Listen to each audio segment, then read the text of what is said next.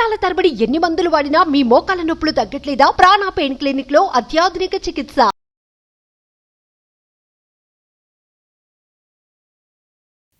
Welcome to Suman TV. నేను మీ Suman TV Nag. జనరల్గా మనం చూస్తే దసరా తర్వాత నక్షత్రాల వైజ్ కనుక మనం చూస్తే పునర్వసు నక్షత్రానికి ఏ విధంగా ఉండే అవకాశం ఉంటుంది అనేది ఈ రోజు మనతో పాటు వేదిక ఆస్ట్రాలజర్ సురేష్ గారు ఉన్నారు. వారి మాటల్లో అడిగి తెలుసుకుందాం. Hello sir. హలో అండి నాగరాజు గారు. సార్, పునర్వసు నక్షత్రం వారికి ఏ విధంగా ఉండే అవకాశం ఉంటుంది దసరా నుంచి? దసరా ఎందుకు జరుపుకుంటాం అండి? దసరా తర్వాత వచ్చే విజయదశమికి అక్కడ నుంచి ఆ విజయ ముహూర్తాలు కనుక మన సంకల్పం తీసుకుని ఏదో కనుక పని కనుక స్టార్ట్ చేస్తే ఆ పనిలో విజయం వస్తుంది, ఆ బిజినెస్లో విజయం వస్తుంది, వాళ్ళు అనుకున్న పనులు అనుకున్నట్టు జరుగుతుంది. అయితే దానికి ముందు మనలో దోషాలు ఉంటాయి కాబట్టి 9 రోజులు అమ్మవారిని ఉపాసన చేస్తాం అనమాట. రకరకాల దోషాలు అంటే కొన్ని వచ్చేప్పుడు తామసికం, రాజసికం, తర్వాత సాత్వికం, ఇవన్నీ కలిపేసి మనకు బైండింగ్ చేస్తాయి అనమాట. చేసుకుని ఇంకా ముందుకెళ్ళిపోవాలి, అమ్మవారి యొక్క కృప మనకు ఉండాలి, మనకు పాజిటివ్ వైబ్ కావాలని చెప్పేసి ఉద్దేశంతో ఈ దసరా పండుగ మనం ఉత్సవాలు చేస్తూ ఉంటాం. ఈ టైంలో కనుక మనం మన ఓన్ నక్షత్రం ఎలా ఉంది, మనకి అనుకూలంగా ఉందా, ప్రతికూలంగా ఉంది, ఏ గ్రహాలు మనకు అనుకూలంగా ఉన్నాయి, పాజిటివ్ కనుక తెలుసుకోగలిగితే దాని ద్వారా మనకి దానికి సంబంధించిన రెమెడీస్ కానివ్వండి, లేదంటే పూజలు కనుక చేసుకోగలిగితే ఈ టైంలో కనుక ఆస్పేస్ టైంలో కనుక చేసుకుంటే ఇంకా రిజల్ట్ ఎక్కువగా ఉంటుంది, తర్వాత వాళ్ళ లైఫ్ ఇంకా బాగుంటుంది ఉద్దేశంతో ఈ సిరీస్ స్టార్ట్ చేసామండి. ఇందులో పునర్వసు నక్షత్రం వాళ్ళు కనుక చూసుకుంటే ఈ నక్షత్రానికి అధిపతి గురువు అనమాట.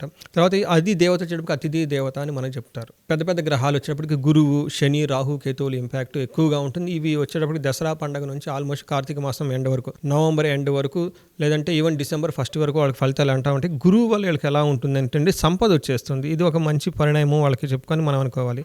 గురువు వల్ల సంపద వస్తుంది. తర్వాత శని వల్ల ధన ప్రాప్తి కూడా వస్తుంది. అంటే రావాల్సిన ధనం కంటే వీళ్ళకి ఊహించిన దానికంటే ఎక్కువ ధన ప్రవాహం వచ్చే అవకాశం ఎక్కువ ఉంది. ఇది ఒక శుభ సంకేతం అని చెప్పుకోవాలి.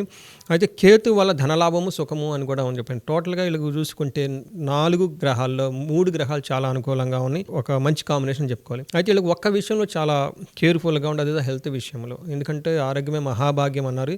ఎంత ధనం ఉన్నా, ఎంత సంపాదన ఉన్నా, హెల్త్ కనుక లేకపోతే అది మీకు ఎంజాయ్ చేయలేరు. అందుకని ఈ విషయంలో రాహు వల్ల ఉండటం వల్ల దీనికి సంబంధించిన పరిహారాలు కనుక ఒక చిన్న పరిహారం కనుక చేసుకోగలిగితే చాలా బాగుంటుంది. అది కూడా ఎందుకు అనేది మీకు చెప్తాను. తర్వాత మనకి సూర్యుడు, కుజుడు, బుధుడు, శుక్రుడు ఇవి వచ్చేటప్పటికి ఎవ్రీ 2 వీక్స్కు మారిపోతూ ఉంటాయి నక్షత్రము.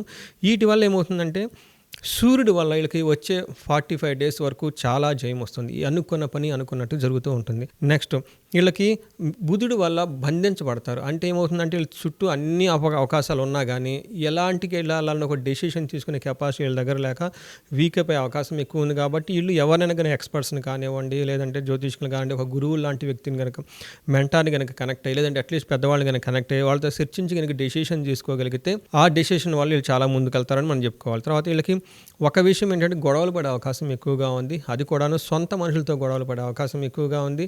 బయట ఉన్న బ్యాడ్ కంపెనీతో చేరటం, ఇలాంటి బ్యాడ్ హ్యాబిట్స్ అన్ని వాటితో అసోసియేషన్ ఎక్కువ అవకాశం ఉండి సొంత వాళ్ళని, పెద్దవాళ్ళని, కుటుంబ సభ్యులతో వాళ్ళకి తెలవకుండా వీళ్ళు దూరం పెట్టుకునే అవకాశం, వీళ్ళ మీద కోపపడే అవకాశం ఎక్కువ ఉంది. దానికి సంబంధించిన విషయాలు చాలా కేర్ఫుల్గా ఉండాలి. శుక్రుని వల్ల లేడీస్ ద్వారా వీళ్ళు భయపడే అవకాశం ఎక్కువగా ఉంది. ఏదో ఒక విషయంలో లేడీస్ ద్వారా భయపడే అవకాశం ఎక్కువగా ఉంది.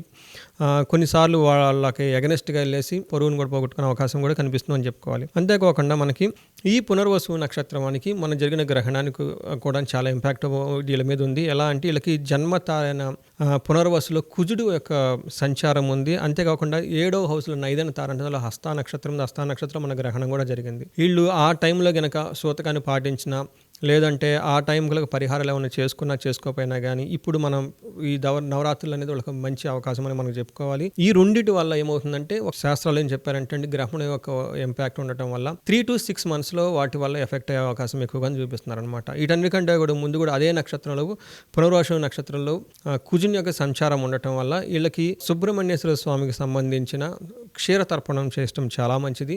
అలానే హస్తా నక్షత్రంలో కేతు ఉండడం వల్ల కేతు జపం చేయటం కానీ, లేదంటే ఏకాదశి రుద్రాభిషేకం కనుక చేసుకోగలగటం కానీ, వీటన్నిటికంటే కుటుంబంలో అన్యోన్యత వీళ్ళకి బాగుండాలి, హెల్త్ విషయాలు బాగుండాలి. కాబట్టి వీళ్ళకి ఆయుష్య హోమం, లేదంటే ఆయుష్య మృత్యుంజయ హోమం కనుక చేయించుకోగలిగితే ఎలాంటి రోగాలు ఉన్నా కానీ పోతాయని చెప్తాను.